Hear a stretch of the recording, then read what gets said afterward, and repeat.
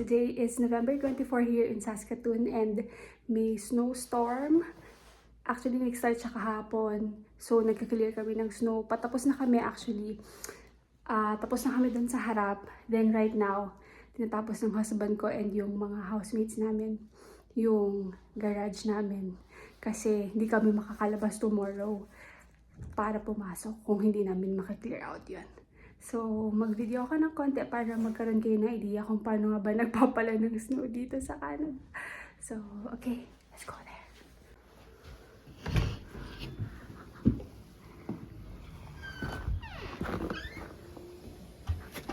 Wala, nag-vlog na ako. Tapos na kami guys sa harap. Likod na lang. Ang dami yan kanina. Dito, na-clear namin. Dinala namin lahat dito. Ingat lang pagbaba ng hagdan kasi madulas yan.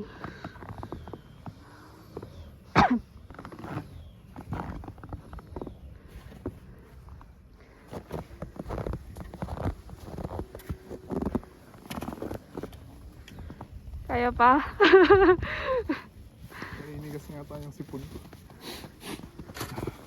Ano pa? Parang okay naman eh. Ito lang, matambakan. Yeah, that's dangerous.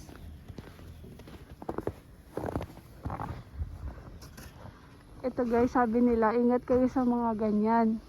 Kasi pag bumaba yan at mahulugan kayo, it's an accident.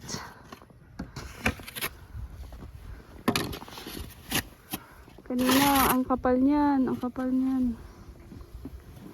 Wala kasi kami nung ano eh, snowblower ba tawag doon? Yeah. Magkano ba yung ganun? Ayan guys.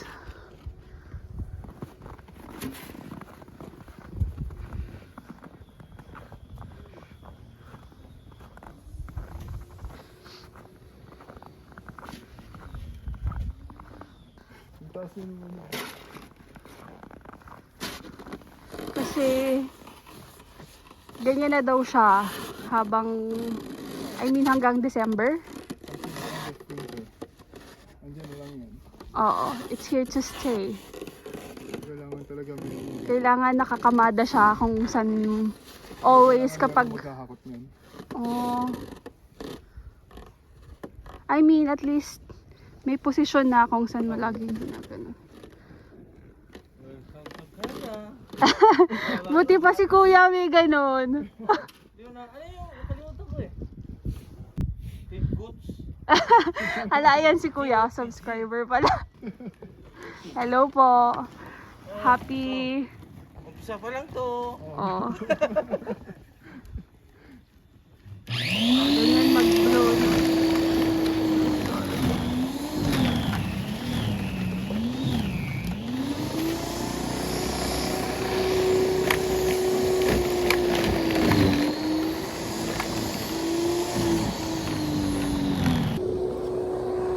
Pala pa more. Pala pa more. We're good, we're good.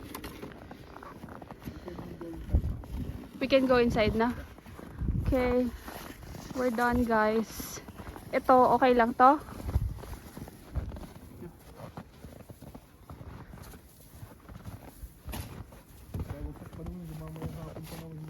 So I'll probably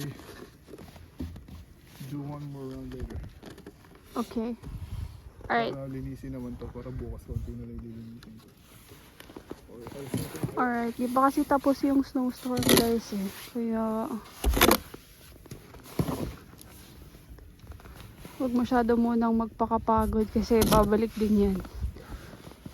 Okay.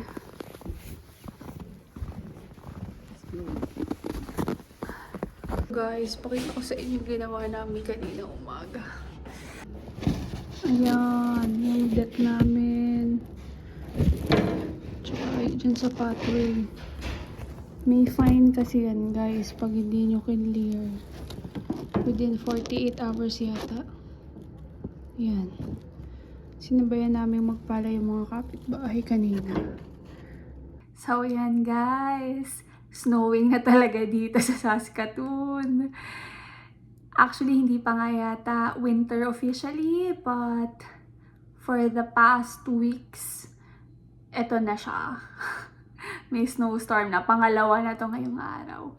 So, actually, may nagtanong kasi sa akin kung ano yung mga tips or advice na pwedeng ibigay sa mga papunta pa lang dito para makasurvive sa winter. Ano yung mga kailangan dalhin, ano yung mga suggestion na dito na lang bilhin, ganyan. So, basically, para sa akin lang to ha, kasi based lang sa mga experience namin itong few weeks pa lang. So, hindi pa namin alam kasi hindi pa naman talaga peak, no? But, definitely, mag-invest talaga sa heat tech. Kasi bumili kami sa Uniqlo bago kami umalis. And then, yung pinaka-extra warm, pinaka-makapal, yun na yung binili namin. In terms sa price, almost same siya guys. Nung nag-check ako dito sa Uniqlo Canada. Meron naman dito. But, depende rin kasi kung anong season kayo pupunta dito. So, I guess if summer yung dating nyo, okay lang na hindi pa, pwedeng dito nyo na lang bilhin. Of course, winter kayo pupunta, or fall, or even nga spring kasi syempre mag-a-adjust pa yung level ng tolerance nyo sa lamig, di ba? So, I suggest kahit isang pair or two, bumili na kayo ng heat tech na ganyan siya guys. So, very highly suggested yung Uniqlo na heat tech, yung pinaka-warm, yung kaya yung -10. The rest, pwede dito nyo nabilhin. Like, nakabili ako ng winter jacket na malaki talaga, as in yung hanggang baba. It's only parang pag kinonvert 1,000 pesos. Mamaya pakita ko sa inyo kung ano itsura nun. So, definitely yung pang-inner, magdala na kayo just in case. 1 pair or 2 pairs.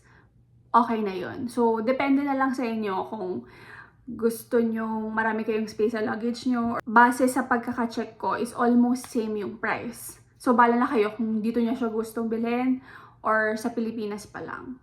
Pwede naman kasi dito yung online shopping sa Uniqlo. In terms sa mga jacket, nagdala rin kasi kami nung nasa Philippines pa kami. So, I guess it doesn't hurt na magdala kayo ng 1 or 2 winter jacket, yung mga bubble jacket na pang ano talaga, pang malakasan.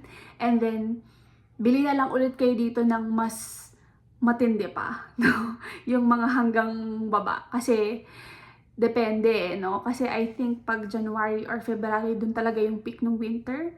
And I'm not sure if kakayanin ng mga dala namin. So, just to be sure lang. With regards naman sa mga accessories, I suggest dito nyo na siya bilhin. Like yung mga bonnet, mga beanie, yung earmuffs, yung gloves. Dito nyo na siya bilhin kasi may murang option. Or, actually hindi ko kasi alam. Hindi ko pa natatry kung gaano ba talaga siya ka-effective. Kung effective siya sa -40, ganyan. But so far, ang gamit ko lang is yung mga binili namin sa Dollarama, which is mga nag-range lang yung price between $3 to $5. Yung mga scarf, mga beanie, mga gloves, earmuffs, ganyan. So, madami doon guys, mura. But, ang pinaka-the best talaga na advice ko sa inyo is, manghingi na lang kayo ng mga pre-loved galing doon sa mga naga-Amerika or galing yung hindi na sila babalik sa US. Arborin nyo na guys. Kasi ganun yung ginawa namin. Nanghingi kami sa mga pinsan, lola, ganyan. So, dun talaga kami nakaipon. Tsaka yung winter boots, it's very important here. Wala kasi ako masyadong nakitang winter boots sa Value Village. So, dun kasi yung thrift shop dito sa Value Village. Dun kayo makakuha ng mga winter jacket. So, yan guys. Ito yung nabili ko sa Value Village. Pang malakas ang winter na to. Like yan, no? Ang haba niya kasi, lampas tuhod ko siya. Yan. And this is, pag kinonvert It's just 100, no, 1,000 in peso. So, I suggest magdala talaga kayo ng for immediate use. Tapos yung ibang items, kung gusto nyo ng mas marami para may rotation kayo sa wardrobe, no? Dito nyo nabilhin yung iba. Sa shoes lang talaga, wala akong masyadong nakita sa thrift shop. Pero like, meron naman dito mga $40 to $50, ganyan. Meron din, mas mura pa doon. Depende, mamura sa Walmart yung mga nakikita ko. So, ayan. So far, okay naman kami dito sa lamig.